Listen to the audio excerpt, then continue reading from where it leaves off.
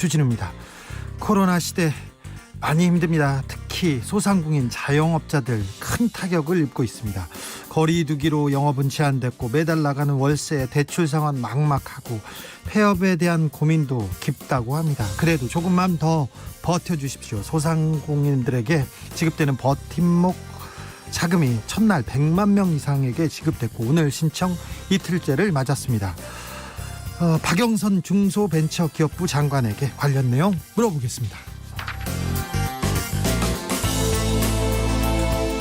전 국민에게 4차 재난지원금 지급하자는 논의가 여권을 중심으로 흘러나오고 있습니다. 이재명 경기도지사는 2차, 3차 선별 지급했습니다. 하지만 이번에는 모두에게 주는 게 맞습니다. 이렇게 목소리를 높이고 있는데요. 홍남기 경제부총리와 설전을 벌이기도 했습니다. 경기도는 설 명절을 앞두고 모든 도민에게 재난지원금 지급하겠다는 계획도 세웠다고 합니다. 재난지원금 어떻게 주는 게 바람직할까요? 이재명 지사에게 직접 물어보겠습니다. 검찰개혁의 첫걸음 공수처 출범 임박했습니다. 더불어민주당은 검찰개혁 시즌2를 준비하고 있습니다. 지난 67년 동안 이어져 왔던 검찰의 기소 독점주의 이제는 깨질까요? 검찰의 수사권 기소권 분리는 가능할까요? 초지일검에서 논해보겠습니다. 나비처럼 날아 벌처럼 쏜다. 여기는 주진우 라이브입니다.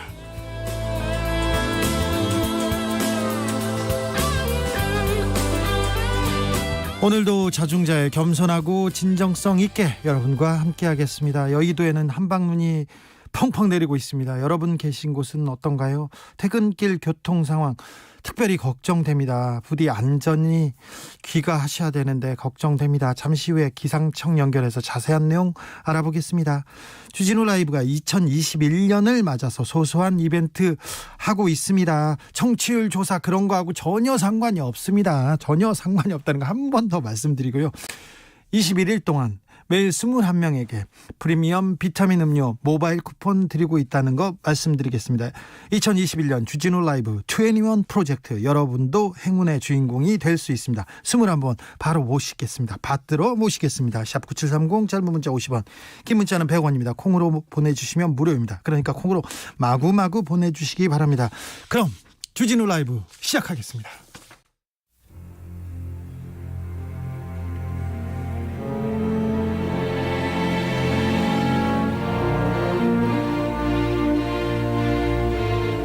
나의 일은 나보다 중요하다. 오직 진실과 정의만 생각한다.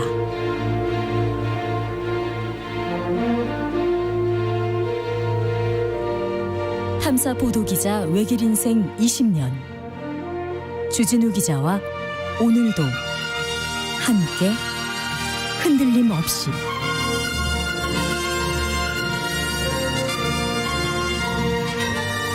KBS 1라디오 주진우 라이브.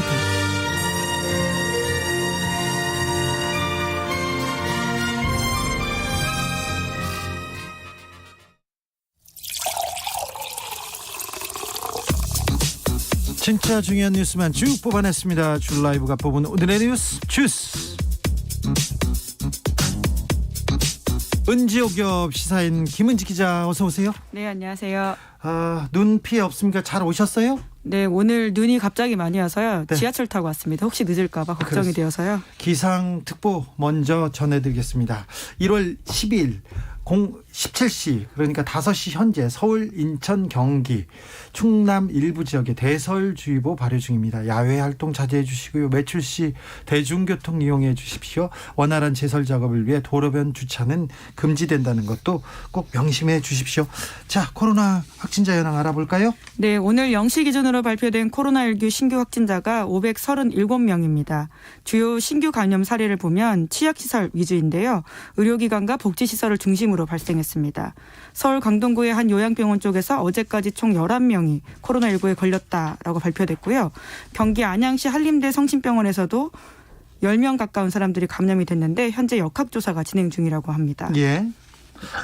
지금 확진자는 계속해서 줄고 있고 어느 정도 안정세에 접어들었는데 집단 감염, 요양병원 그리고 기도원, 교회 계속 나오고 있다는 거 각별히 조심해 주십시오. 새 사회적 거리두기 조정안 16일 날 발표된다고요? 네, 현재까지는 그렇게 보이는데요. 현재 실시되고 있는 수도권 2.5단계, 비수도권 2단계 거리두기가 이번 주 일요일까지인 17일 날까지입니다. 그래서 이에 따른 후속 조치가 나올 것으로 보이는데 방역당국은 헬스장 등 수도권 실내체육시설과 노래방, 학원 등 집합금지 조치가 내려진 업종에 대해서 일괄 영업 재개가 아닌 단계적인 재개 방침을 검토하고 있다. 이렇게 밝혔는데요. 네. 방역당국에 따르면 3차 유행의 확산세가 꺾인 지 이제 일주일을 넘어서는 초기 상황이기 때문에 지금 상황을 좀 보고 있다. 이렇게 이야기하고 있습니다. 네. 계속해서 이렇게 조이고 거리두기 하고 눌러놓을 수만은 없잖아요. 먹고 살기도 해야 되는데 아무튼 단계적으로 제재 방침을 검토하고 있다고 합니다. 어떤 분들은 어떤 업종은 불만이 클 수도 있어요. 그게 당연한데요. 사회적 거리두기 코로나 시대에 어쩔 수 없는 시대적 과제이기도 합니다. 이거 거리두기를 풀면 또 확진자가 늘어나고 조이면 또 줄어드는데 이거 어찌할지 굉장히 어렵습니다. 백신이 좀 빨리 나오면 좀 괜찮아질까요? 정세균 총리가 백신 추가 도입 하겠다는 언급이 있었습니다. 네, 오늘 이야기한 바인데요. 정 총리는 정부가 또 다른 플랫폼의 백신을 추가 도입하는 노력을 해왔고 최근에 상당한 진전이 있었다 이렇게 밝혔습니다. 현재 5,600만 명분의 백신을 도입하기로 계약이 되어 있다라고 밝혀졌고요. 다음 달부터 접종 시작된다고 했지 않습니까? 네, 어제 문재인 대통령은 전 국민에게 무료로 백신 접종하겠다 이렇게 밝히기도 했는데요. 예. 오늘 나온 뉴스원 단독 보도를 보면 좀 더 자세한 내용이 나옵니다. 정 총리가 언급한 백신이 노바백스 백신으로 보인다라고 하는 건데요. 빠르면 2분기에 1,000만 명분의 공급이 추가로 가능하다라고 하는 겁니다. 이 노바백스 백신은 아스트라제네카 백신처럼 SK바이오사이언스와 지난해 8월 달 위탁 생산 계약을 체결했기 때문에 국내 생산에 수월하다라는 강점이 있다고 합니다. 정세균 총리가 의사고시에 대해서도 얘기했어요?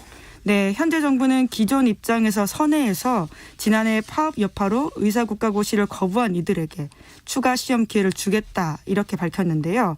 이에 대해서 수차례 주어진 시험 기회를 저버린 의사들에게 재시험 기회 줘도 되냐 이런 비판들이 많았습니다. 예, 그렇죠. 이에 대해서 정 총리도 그에 대해서 안다라는 취지 이야기를 하면서요. 공정성, 형평성 문제를 제기하는 국민들이 있다는 점도 알지만 국민의 생명이나 건강보다 앞서는 가치가 없다라고 밝히면서 정부가 고심 끝에 내린 결론이기 때문에 이해해 주기를 간곡히 당부한다. 이렇게 호소했습니다. 정부가 고심 끝에 내린 결론임을 이해해 주기 바란다. 이렇게 호소했습니다. 이낙연 더불어민주당 대표 이익공유제 이익공유제란 말을 꺼내 들었습니다. 정치권에서는 파장이 일고 있습니다. 네, 코로나19로 인한 사회경제적 피해가 커지고 있는 상황에서 이 대표가 꺼내든 제안인데요. 이 대표는 어제 당 최고위원회에서 이렇게 이야기했습니다. 코로나로 많은 이득을 얻은 계층이 코로나 이익의 일부를 사회에 기여해서 피해가 큰 쪽을 돕는 방식으로 우리 사회도 논의해야 한다라고 하는 건데요. 네. 코로나는 고통이지만 코로나로 또 호황을 누리는 쪽이 있다라고 지적을 했습니다. 네. 실제로 유럽에서는 이런 코로나 호황 계층을 코로나 승자라고 부르면서 사회적 책임을 요구하고 있다라고 예시를 들기도 했습니다. 유럽에서는 그렇게 사회적 책임을 요구하고 있고 이게 마땅하다고 이런 목소리가 나오는데 우리나라에서는 좀 반응이 어떻습니까? 네, 이게 전시이기 때문에요. 이게 굉장히 의미 있는 논의라고 봅니다. 하지만 보수 야당에서는 반시장적 발상이다 이렇게 주장하고 있는데요. 이 말 나올 걸 예상하기도 했을 거예요. 네, 국민의힘이 대표적입니다. 배준영 국민의힘 대변인이 이 대표의 발언을 두고 분란의 씨앗이다 이렇게까지 지적을 했습니다. 하지만 또 진보적인 야당에서는 오히려 이 대표의 제안이 부족하다라는 취지의 비판도 하고 있는데요. 정의당에서 그랬습니까? 네, 그렇습니다. 참여를 자발적으로 제한하지 말고 더 강제해야 된다는 취지의 주장인데요. 특별재난연대세 같은 것들을 도입해서 지금의 재난 상황을 공유해야 된다라는 주장입니다. 네, 자 자발적으로 좀 도와야 된다. 이낙연 대표는 이렇게 주장했었습니까? 알겠습니다. 작년 한국의 1인당 국민 총소득 GNI라고 하죠. GNI가 이탈리아를 넘어섰다고 보도가 나왔습니다. 네, 연합뉴스가 낸 분석 기사인데요. 아직 확언은 아니고 추정치이긴 합니다. 한국은행 자료 등을 분석해서 낸 기사인데 한국의 1인당 국민소득이 3만 달러 초반대로 소폭 줄었습니다. 네. 하지만 코로나19 영향을 크게 받은 유럽에서는 더 크게 줄었기 때문에 이런 결과가 나왔다라고 보이는데요. 네. 2019년 한국의 GNI는 32,115달러였다고 합니다. 그런데 2020년은 31,000달러인데요. 줄긴 했는데 조금 줄었습니다. 네, 소폭 줄었고요. 그에 비해서 이탈리아의 GNI가 2019년에는 34,530, 우리보다 조금 위였었는데 2020년에는 명목 성장률이 이탈리아가 마이너스 7.9라고 합니다. 네. 그렇기 때문에 훨씬 줄었을 거다 이렇게 분석이 되고요. 그에 비해서 한국은 명목 성장률이 2020년에 0.1%였기 때문에 있긴 하지만 마이너스대가 아니라서 이탈리아를 앞섰을 거다 이런 추정이 나오고 있습니다. 이탈리아는 G7에 속하는 부자 나라 아닙니까? 네, 이제까지는 한 번도 이탈리아가 한국보다 1인당 국민소득이 낮았던 적이 없는데요. 이제 이것을 추월할 것이다 라는 보도가 나온 겁니다. 우리나라가 일본을 추월할 날이 얼마 남지 않은 것 같은 생각도 좀 해봅니다. 가습기 살균제 사건 재판이 있었어요. 오늘 1심 선고가 있었죠? 네, 오늘 오후에 선고 결과가 나왔습니다. 가습기 살균제 사태에 연루가 돼서 재판에 넘겨진 SK케미칼과 애경산업 전직 임원들이 있는데 이들에 대해서 재판부가 무죄를 선고했습니다. 서울중앙지법 형사합의 23부의 판단인데요. 업무상 과실치사 등 혐의로 기소된 이들에 대해서 공소 사실이 충분히 증명되지 않았다라면서 무죄를 선고했습니다. 아니 피해자들이 그렇게 또 죽은 사람들이 그렇게 많은데 증명이 충분치 않다고 무죄를 선고했어요.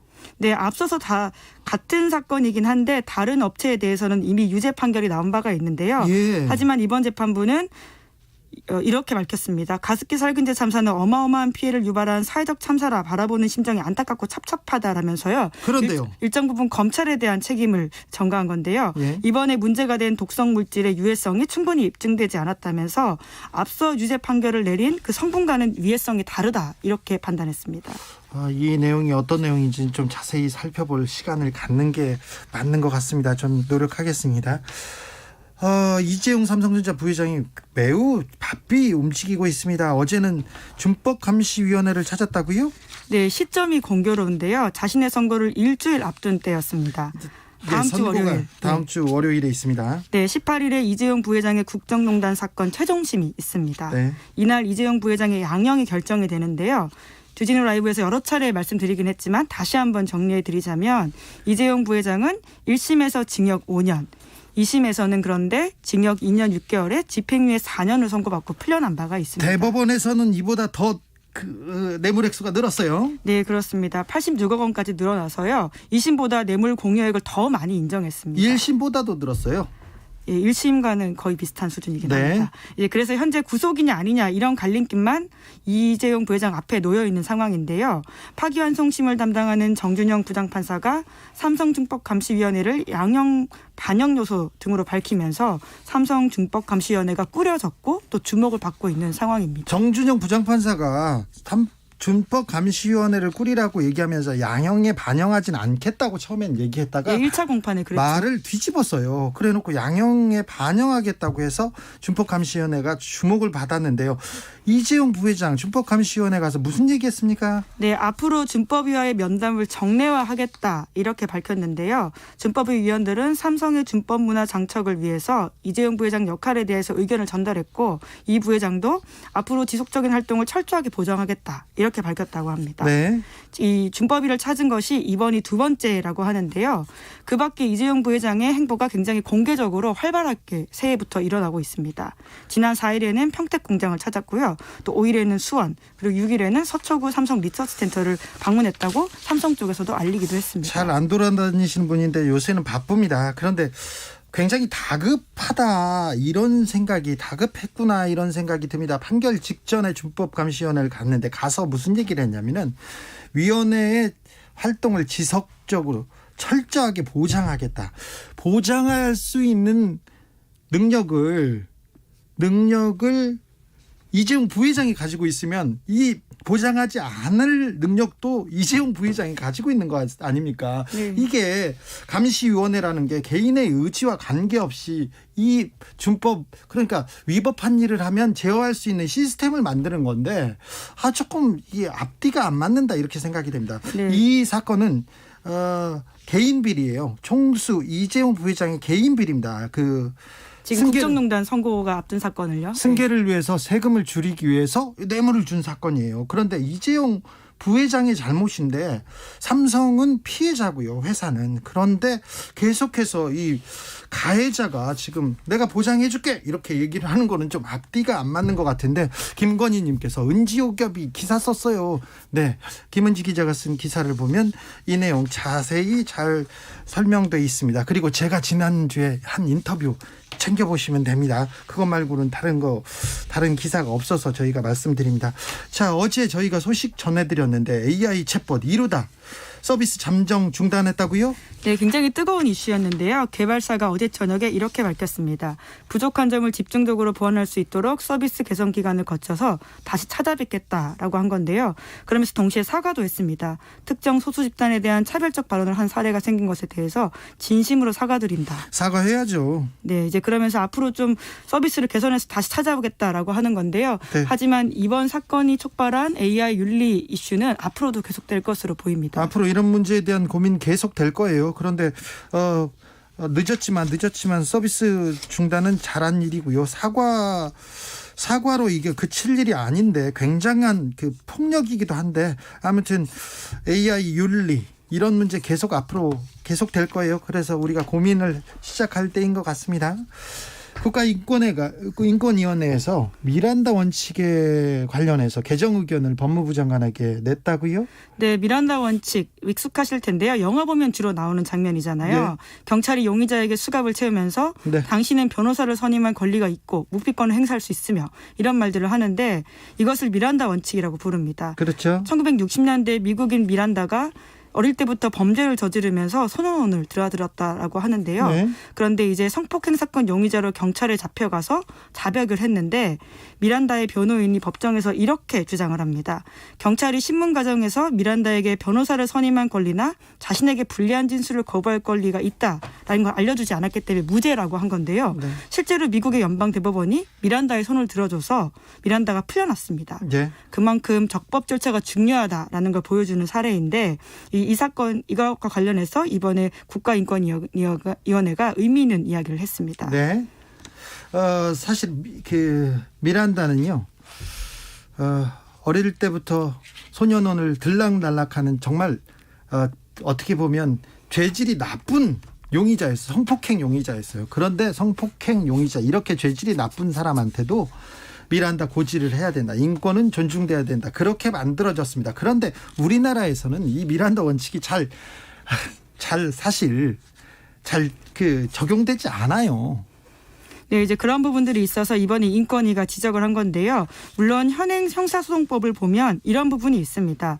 검사 또는 사법경찰관이 피의자를 체포하는 경우에 피의 사실의 요지, 체포의 이유, 변호사를 선임할 수 있음을 분명히 말해야 된다라고 하는 건데요. 네. 하지만 진술 거부권이 명시되어 있지 않다라고 합니다. 네. 저도 이번 기사를 보면서 깜짝 놀랐었는데 그 부분이 정확하게 되어 있지 않기 때문에 인권위가 이번에 법으로서 이걸 제대로 보장하라라고 지적을 한 겁니다. 진술 거부권을 행사할 경우 당신 이러면 불이익 받는다고 거의 협박당합니다. 거의 협박당합니다. 제가 이 검찰 조사는 많이 받고요. 오늘도 검찰에서 또 조사받으라고 전화 왔어요. 그런데 그럼 미란다 고지 안 합니다. 심지어 굉장히 재질이 나쁜 아동 성폭행 피의자한테도 그 인권은 존중해야 된다고 얘기하는 미국의 법정신. 우리도 이제는 고쳐져야죠. 그렇죠. 예, 예. 그리고 돈 있고 힘 있는 사람들한테만 미란다 원칙 고지하고 법이 좀 따뜻하고 이런 세상은 좀 바꿔야죠. 네, 수사 준칙에만 있다라고 하는데요. 그것을 법으로도 올려야 된다라는 게 인권위의 주장입니다. 주스 시사인 김은지 기자와 함께했습니다. 감사합니다. 네, 감사합니다. 4426님께서 앞으로는 중범죄자들이 자신들의 집에 CCTV를 설치해서 죄를 저지르지 않겠다고 하면 집행유예로 풀어줄 수 있겠군요. 굉장히 정확한 지적이십니다. 8846님이 택시인데요. 주진 5 라이브 듣고 있는데 손님이 자기도 이 시간에 꼭 듣는다네요. 아유, 네. 손님, 훌륭한 손님 태우셨네요. 훌륭한 기사님께서. 주진우 라이브입니다. 주진우 아니고요. 좀 알려주세요. 주변에 괜찮다고, 참 좋다고, 참 좋은 방송이 있는데 그런 전화가 이렇게 잘못 걸려온 전화가 오거나 어디서 전화가 걸려오면 무조건 이렇게 얘기하시면 됩니다. KBS 1라디오 주진우 라이브 꼭 말씀해 주시면 복 받을 거라는 거 다시 한번 말씀드리겠습니다. 자, 비타민 음료 확 보내드리겠습니다. 8610님, 시흥시인데요. 앞이 안 보일 정도의 눈이 내리고 있어요. 차들이 기어가네요. 퇴근길 안전운전, 퇴근길 안전 귀가하셔야 될 텐데 걱정입니다. 기도하겠습니다. 3911님은 경기도 화성인데요. 떡가루가 하얗게 뿌려지고 있어요. 그렇죠. 솜을 이렇게 하나씩 두씩 뜯어가지고 옆에다 놔준 것 같아서 한방눈이 이렇게 날리는데 참 예쁘긴 하더라고요. 그런데 운전에는 큰일입니다. 안전운전에는. 그러니까 조심하셔야 됩니다. 오늘은 김한별님, 수원은 3시부터 화이트아웃입니다. 경기도에 눈 많이 내리고 있군요. 전성호님, 지난번 대설 때는 서울 노년에서 경기 용인까지 5시간 반 걸렸는데 오늘은 1시간 15분 걸렸네요. 제설 작업 수준이 정말 좋습니다. 공무원분들 고생 많으십니다. 감사합니다. 저도 이게 출근하고 있는데요. 방송국 오는 길인데 눈이 오지 않을 때 오고 있었는데 앞에서 제설 작업을 하고 계시더라고요. 그래서 참 고생이 많으시구나. 우리 공무원분들은 정말 대단하시구나 이렇게 생각합니다. 감사했습니다. 눈이 얼마나 올까요? 언제까지 올까요? 기상청 연결해서 들어보겠습니다. 윤기한 예보관님 안녕하세요. 네, 안녕하십니까. 윤기한 통보입니다. 현재 눈이 오고 있는 지역은 어딘가요? 일단은 서울 관악이나 예. 광명 이런 쪽으로는 좀 약하게 내리고 있고요. 예. 그 위에 이제 서울 지역으로 해서 북부 지역으로서는 대부분 그쳤습니다. 그쳤습니까? 예, 그쳤다고 보시면 되고요. 앞으로는요? 그 대신 이제 경기 동부 쪽 양평, 가평 이런 쪽으로 눈구름대가 이동을 하면서 네. 이쪽에 눈이 오고 있고 이 눈구름대는 강원도 영서, 춘천이나 원주 쪽으로 이동을 할 걸로 예상을 하고 있습니다. 그래서 네. 오늘 밤은 서울은 오더라도 좀 눈이 날리는 정도, 그리고 일단 서울 밑에 쪽은 광명 밑에 시흥이나 이런 쪽은 밤 사이에 조금 강하게 한 번은 내릴 것 같고요. 그다음에 예. 경기 동부 쪽에서는 앞으로 한 1에서 5cm 정도 강원도 영서하고 그렇게 내릴 걸로 예상을 하고 있습니다. 자, 그러면 서울 지역은 밤 사이에는 눈이 오지는 않을 건가요? 퇴근 시각에 되더라도 눈이 날리더라도 내리더라도 날리는 정도, 네. 쉽게 쌓이지는 않을 걸로 그렇게 보고 있습니다. 적설량은 어느 정도 됩니까? 서울이 2.4 오늘만 내린 게 한 4.5cm 정도 내렸고요. 많이 왔네요. 네. 예, 그리고 인천 쪽이 17시 현재 2.8cm, 수원 쪽이 2.5cm. 정도가 내렸고 그 외의 지역에서는 부분적으로 좀 차이가 있습니다. 5cm 안팎 이렇게 내린 지역이 많습니다. 작년에는 따뜻했는데 올해는 눈도 많이 옵니다. 춥기도 하고. 앞으로도 또 눈이 좀 얼마나 올까요? 오늘 제의하고 앞으로 말씀하시는 거죠? 예.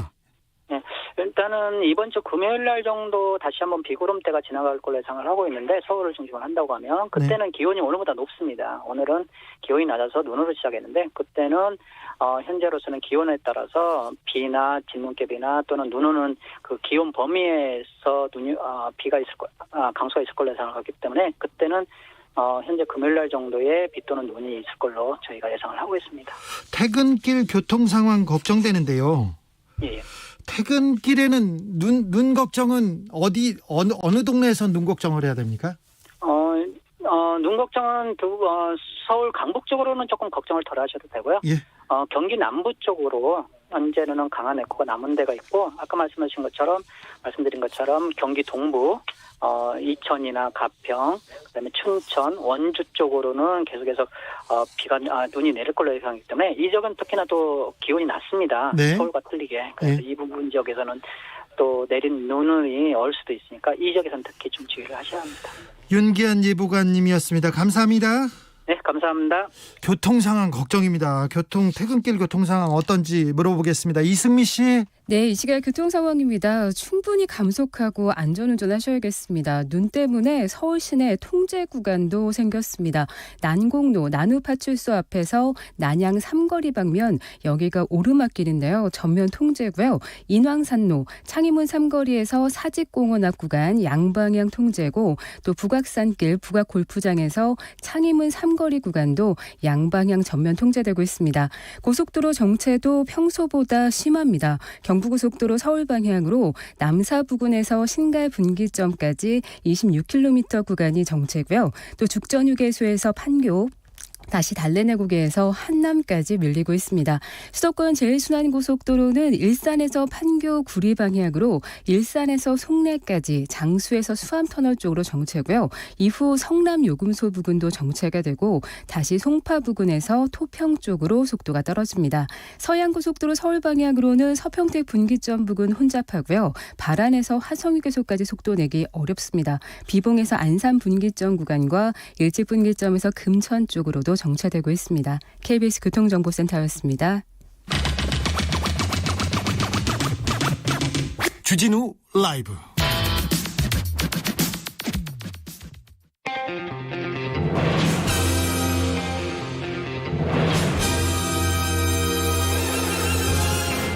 누가 검사에게 절대 권력을 주었는가? 2021년에도 쭉 정의의 칼끝이 검찰을 향한다. 검사들이여 초심을 찾아라. 초지일검.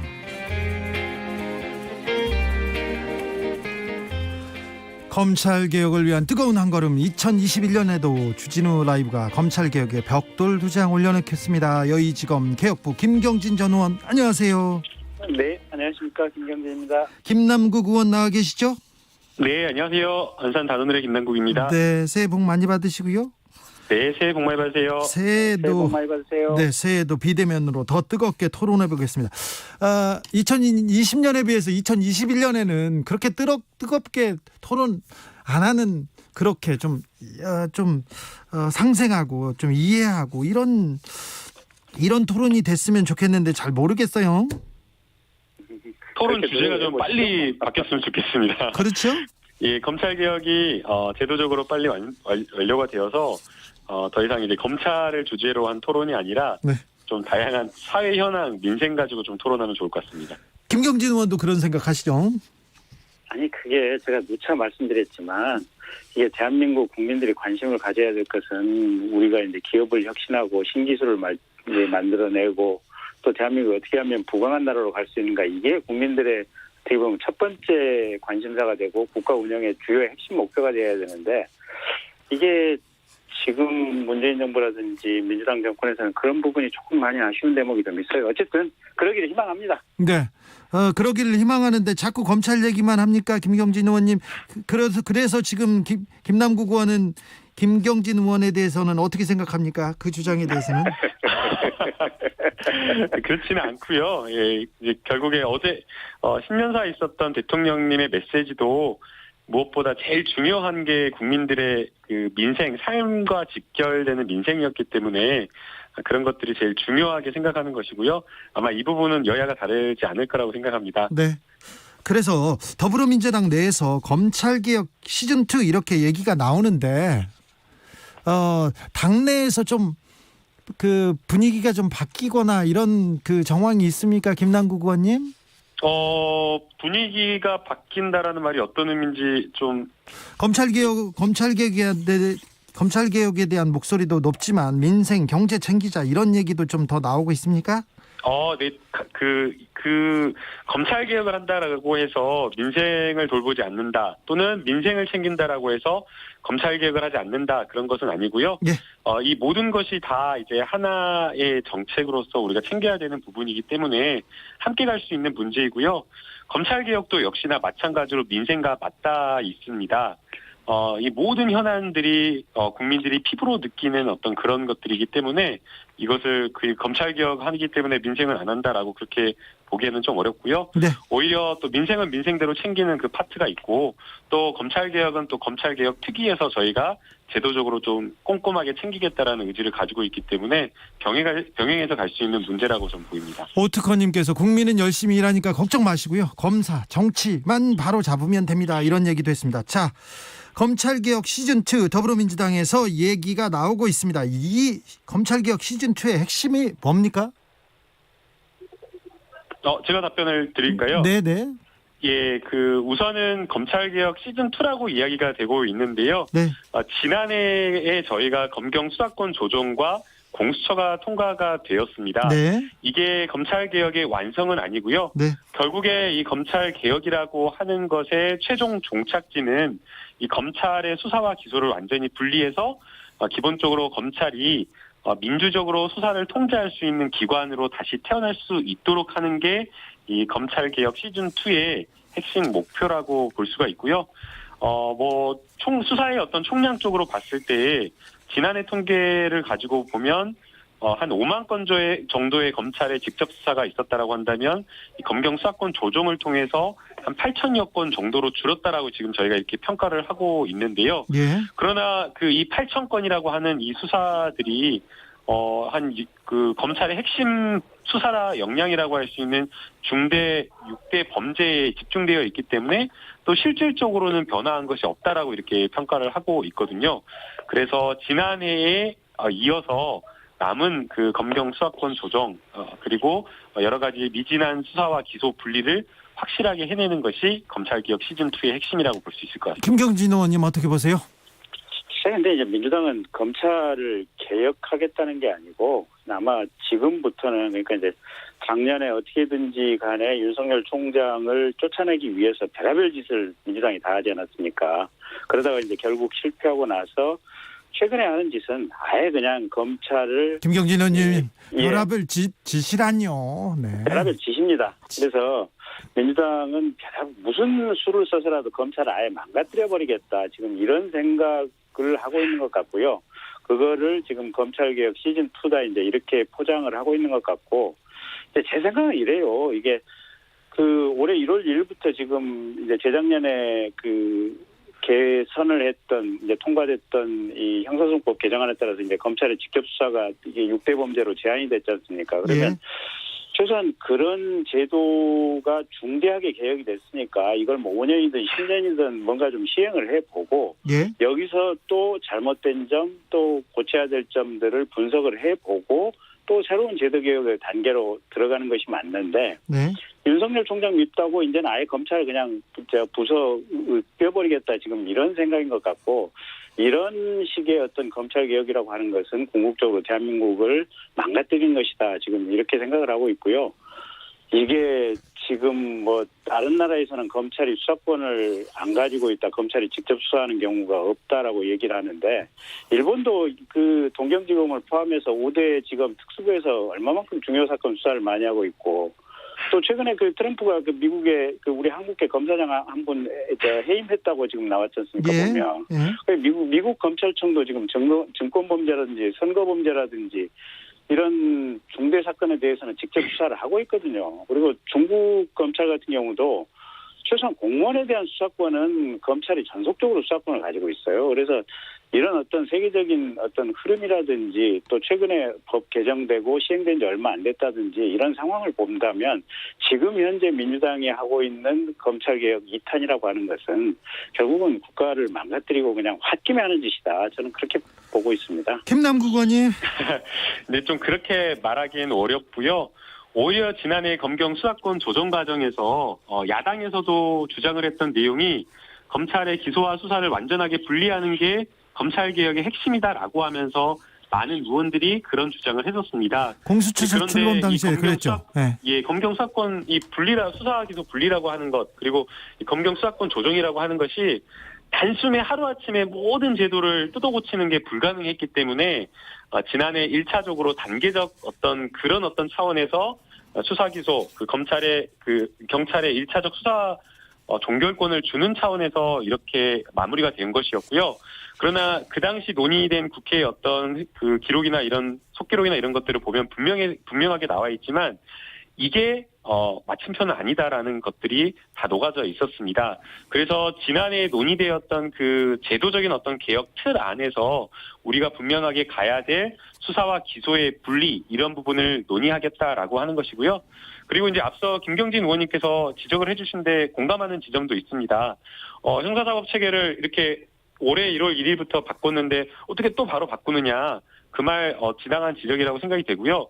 저희가 지금 논의하는 것은 오늘 바꾼 거 내일 또 바꾸겠다. 내일 바로 다시 고쳐가지고 시행하겠다라는 그런 것이 아니고요. 수사와 기소를 분리하는 것이 우리 검찰을 궁극적으로 정말 인권 친화적인 기관으로 만드는 것이기 때문에 그에 대한 분명한 로드맵을 만들자라고 이렇게 이야기를 하고 있는 겁니다. 이게 왜 필요하냐면요. 지금 2017년 8월부터 2020년 10월까지 그 법무검찰 개혁위원회가 활동을 했잖아요. 네. 거기서 39건의 그 여러 가지 검찰 개혁을 할 수 있는 그 권고한 것들을 다 이렇게 그 공고를 했는데 그 신문에 보도된 이행률은 한 70%, 72% 정도 이행을 했다라고 했는데요. 실제 이행하지 않은 것들 한 30% 정도를 뜯어놓고 보면 검찰이 정말 개혁해야 될 핵심적인 권력은 아예 내려놓고 있질 않았어요. 네. 그래서 이런 어떤 개혁들을 확실하게 하기 위해서는 이런 수사와 기소에 대한 분리 그리고 확실하게 어떻게 검찰을 제도적으로 개혁하겠다라고 하는 로드맵을 분명하게 보여줘야지 검찰도 이에 발맞추어서 개혁할 수 있다라는 그러한 것을 보이기 때문에 기존 틀 안에서 과거에 논의되었던 그 틀 안에서 개혁 방안을 마련하겠다라는 게 저희의 생각입니다. 김경진 의원님. 근데 네. 얼마 전에 지금 윤호중 위원장님하고 이낙연 위원장님. 대표하고 네. 그 언론에 나온 걸 보면 뭐 앞으로 한 서너 달 안에 이게 검찰 수사권 완전히 박탈을 하고 이게 검찰을 공소청으로 만드는 어떤 형사사법 개혁안을 근본적으로 입법화를 하겠다라고 언론에 보도가 됐거든요. 그러면 그 기자가 뭐 오보를 낸 것이 아니라 대체로 지금 민주당의 기류가 그렇다는 거고 아까 김남국 의원님 말씀대로 지금 이게 올해 1월 1일부터 새 제도가 시행이 됐는데 그럼 4달 만에 또 제도를 고친다는 거 아니겠습니까? 도대체 나는 팩트가 뭔지를 모르겠고 어쨌든 지금까지 검찰은 이게 이렇게 저렇게 그렇게 어려운 상황 속에도 살아있는 권력에 대해서 수사를 하려고 노력을 해왔고 그런 과정에서 이게 민주당이 이제 본인들에게 불리한 사건 수사를 하니까 그냥 아예 개혁이라고 하는 어떤 껍질을 밖에 붙여서 이런 어떻게 보면 비교적 잘 만들어져 있는 제도 자체를 그냥 이렇게 파괴하려고 하는 것인가 아닌가라는 그런 우려들이 많이 있습니다. 그래서 이게 제도 개혁을 한번 하려고 하면 민주당 법사위원님이나 민주당 의원님들 몇 분 가지고 해서는 안 되고요. 이게 공청회도 해야 되고 또 많은 사람의 의견도 들어봐야 되고 이런 절차가 필요한데 그걸 뭘 지금 새 제도 시행된 지 2-3달 만에 그냥 뚝딱 해서 만들어내겠다. 사실은 지나가는 어린아이도 웃는 정도 상황들이거든요. 그래서 제가 볼 때 그런 어떤 얘기에 대해서 아예 언론이나 이게 이 법학계에서도 반응도 안 하는 게 하도 우스워서 그렇지 않나 저는 그런 생각을 해보고 있습니다. 지나가는 아이가 하도 우스워서 웃는다 이렇게 얘기하는 거에 대해서는 김남국 의원 어떻게 보세요? 지나가던 아이는 열심히 한다고 박수 쳐줄 것 같은데요. 네. 지나가는 아이는 박수 쳐요. 여기는. 그 수사기소 분리에 대한 연구가 아예 안 되어 있는 것이 아니라 앞서 김경진 의원님께서 말씀을 해주신 대로 각국이 가지고 있는 여러 형사사법 체계에 대한 연구들이 이미 수년 전부터 수십 년 전부터 연구되어 왔습니다. 그리고 이제 최근에 10년, 20년 사이에 각국이 형사사법 체계, 수사와 기소 분리를 조금씩 변화한 나라들도 있거든요. 그러한 어떤 최신 연구까지 이미 완료가 되어 있는 그런 상황이고요. 그리고 이제 이런 부분, 이런 어떤 세계적인 어떤 여러 수사기소 분리에 대한 수사기관의 역할과 기능, 권한에 대한 연구를 바탕으로 해서 우리나라에 맞는 법제도가 어떤 것인지에 대한 고민이 충분히 필요할 거라고 생각이 됩니다. 이것은 29대 국회에서도 충분히 어느 정도 논의를 해왔었고 또 뭐 김경진 의원님께서 말씀하신 대로 이거 뭐 어떻게 하루아침에 뚝딱 하겠냐라고 이렇게 말씀을 하셨는데 저희가 뭐 하루아침에 뭐 한 달 만에 하겠다라고 하는 것이 아니라 앞서 말씀하신 것처럼 공청회와 그다음에 여러 정말 형사사법 체계의 대가라고 하실 수 있는 교수님들 이런 분들을 다 모셔서 충분하게 논의를 하고 상반기 내에 로드맵과 입법적인 틀을 분명하게 만들겠다라는 것을 밝혀드렸습니다. 김경진 의원님 하실 말씀이? 글쎄 근데 어쨌든 전체적인 흐름은 이게 지금 졸속 입법에다가 검찰 제도를 아예 무력화시켜버리고 없애버리겠다. 윤석열이 안 쫓겨나니까 뭐 이런 어떤 동기나 의도로 읽히고 있는 거고요. 아니 남부지검에서 지금 증권 합수단 없애버리고 나면 결국은 이게 증권 주가조작범들만 좋은 세상이 나오는 거거든요. 그래서 그런 흐름을 개혁을 주장하고 대한민국의 맑은 사회를 목표로 한다고 하는 민주당이 하고 있으니 요새 이제 밖에 있는 제3자 장외자의 입장에서 보면 민주당 하고 있는 짓이 참 우습기 그지없다. 저는 그렇게 평가를 하고 있습니다.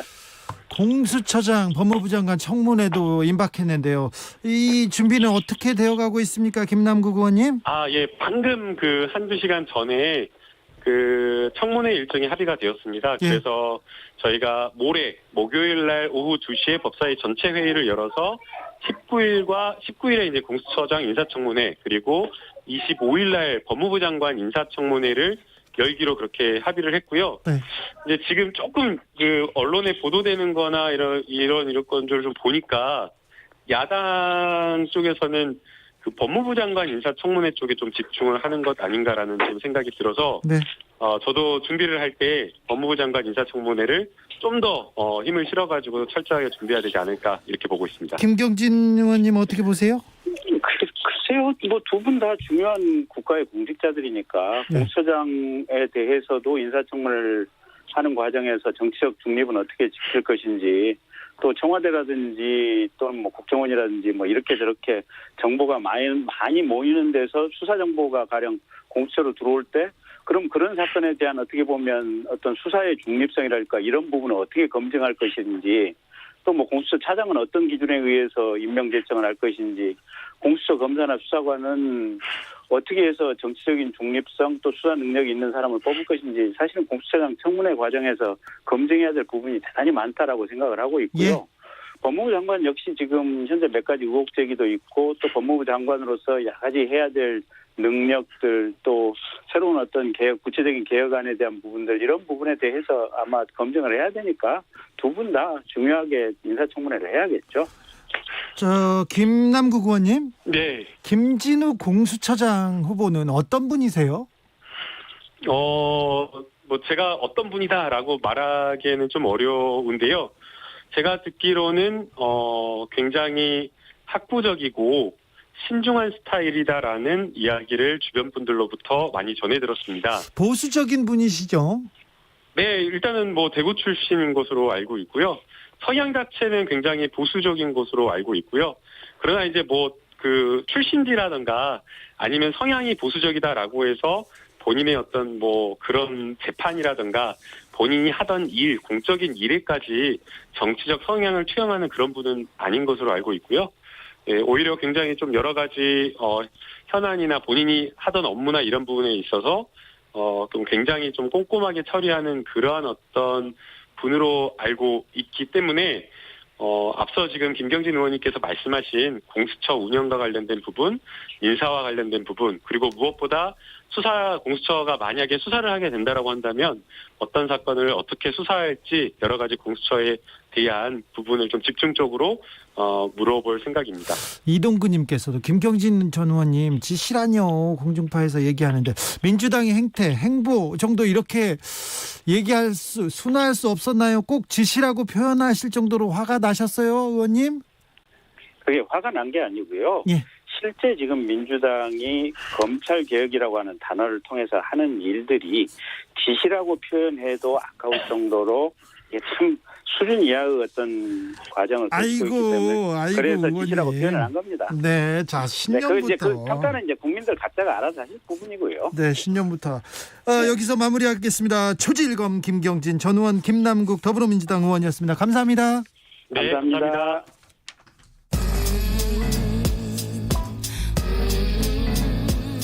나비처럼 날아 벌처럼 쏜다. 주진우 라이브.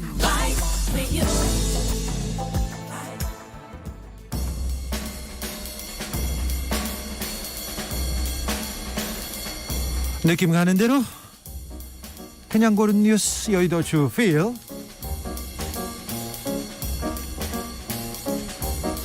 윤가는 나서는 성격 아니다. 윤석열 대망론에 갈린 파평윤 씨. 중앙일보 기사입니다.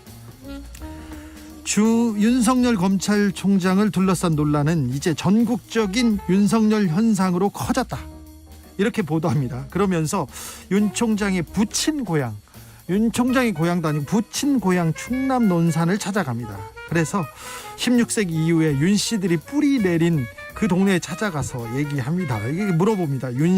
송시열과 대립한 윤증이 9대 증조부인데 임금이 내린 벼슬도 마다한 가문의 정통을 가지고 있다, 이런 전통을 가지고 있다고 얘기하는데요. 그러면서 고택에 한방눈이 밤새 내렸다, 이렇게 보도를 하는데, 이거 윤석열 현상으로 커졌다가 아니라 윤석열 현상을 키우기 위해서 막 이렇게 보도하는 건 아닌가요? 중앙일보. 갑자기 궁금함이 커집니다. 네. 조금 너무 티납니다. 네, 티나요. 미국에서 고릴라 코로나 감염, 영장류 감염 세계 최초, 뉴시스 기사인데요. 미국 샌디에고 동물원에서 고릴라 여러 마리가 코로나19 양성 반응을 나타냈다고 합니다. 아이고, 분명히 사육사나 여기 출입하는 사람에게서 옮겨졌다고 이렇게 예상되고요. 그렇게 조사되고 있습니다. 사육사 중에 코로나에 걸린 사육사가 있었거든요. 그런데 전 세계에서 영장류 가운데서 코로나로 감염된 첫 사례라고 합니다. 특별한 치료법이 없습니다. 코로나에 걸린 고릴라한테 비타민과 지금 유동식 등 제공되고 있지만 별다른 걸 해줄 수 없는데, 고릴라들은 지금 눈이 충혈됐고요, 기침을 하는 등 좀 아픈 것 같아요. 빨리 고릴라가 낫기를 바랍니다. 이거 또 사람이 이거 잘못한 건데, 고릴라 미안해, 릴라야. 곤충들 서서히 죽어가고 있다. 매년 1-2%씩 감소. 뉴시스 기사입니다. 기후변화, 살충제, 제초제, 빛공해, 외래종, 그리고 농업 등에 따른 토지의 변화 등으로 지구에서 매년 1-2%의 곤충들이 사라지고 있다고 합니다. 저명한 곤충학자가 이렇게 얘기했는데, 곤충들이 세계 음식 생산에 중요한 수분, 그러니까 수술의 꽃가루를 암술로 옮겨주는 역할을 해주고 있는데요. 쓰레기를 없애는 일도 한답니다. 매우 중요한 일인데, 그런데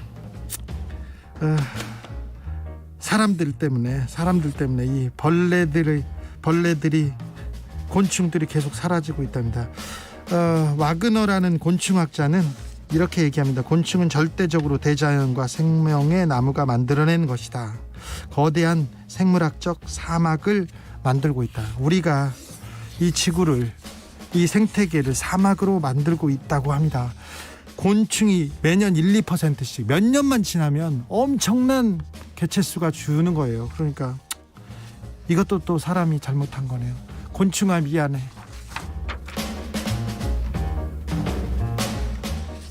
재즈 명곡 테이크 5, 베이스 연주자 라이트 별세, 연합뉴스 기사인데요. 지금 듣고 계신 이 주필의 배경음악 있지 않습니까? 이게 테이크 5의 곡입니다. 재즈 명곡으로 많은 사람들의 사랑을 받았는데, 베이스 연주자였어요. 이분은 흑인이었는데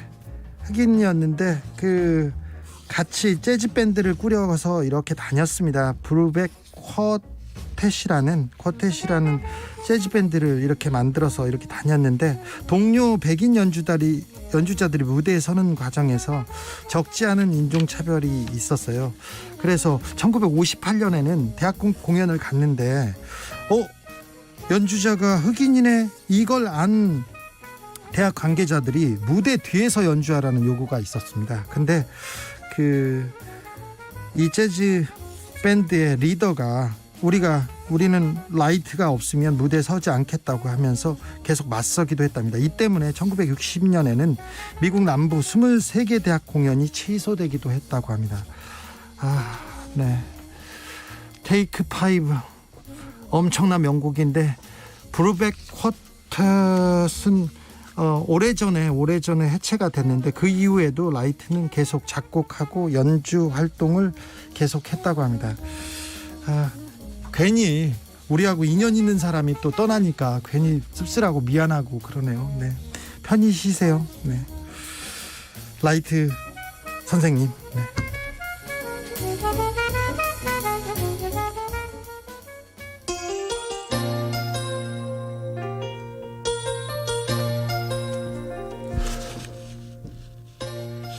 조정연의 그 아픔까지 사랑한 거야 들으면서 잠시 쉬시고요. 저는 6시에 돌아오겠습니다.